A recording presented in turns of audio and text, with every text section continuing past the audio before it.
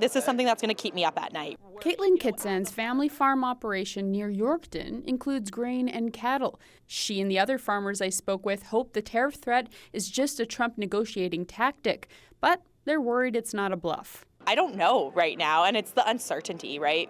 Trump says a lot of things, and it's, what is going to happen. I think this is a sign for our, provincial and federal leaders.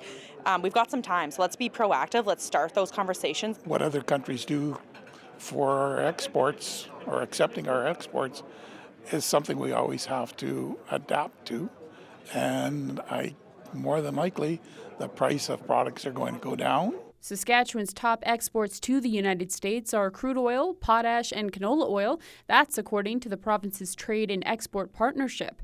Brett Spray farms cattle, cereal, and oilseed crops in the Northeast. Where he goes from there is, there's going to be a lot of uncertainty in the markets that whether to contract or ship cattle. It's, going to be a stressful couple of weeks for sure.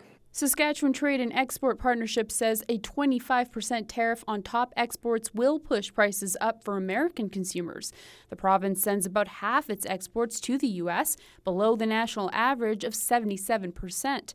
So Trump's tariff would have negative effects on both countries. You hope it's kind of rhetoric and that he's just angling for something else, that maybe he, changes his mind and doesn't go through with it, but we'll have to wait and find out. Meanwhile, Premier Scott Moe and opposition leader Carla Beck say a 25% tariff would be a hardship.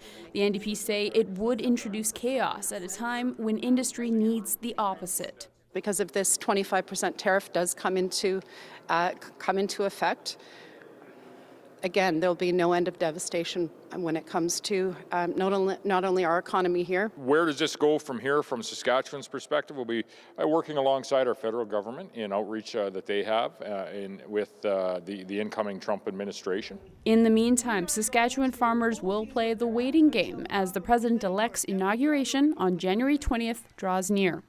Laura Sharpaletti, CBC News, Regina.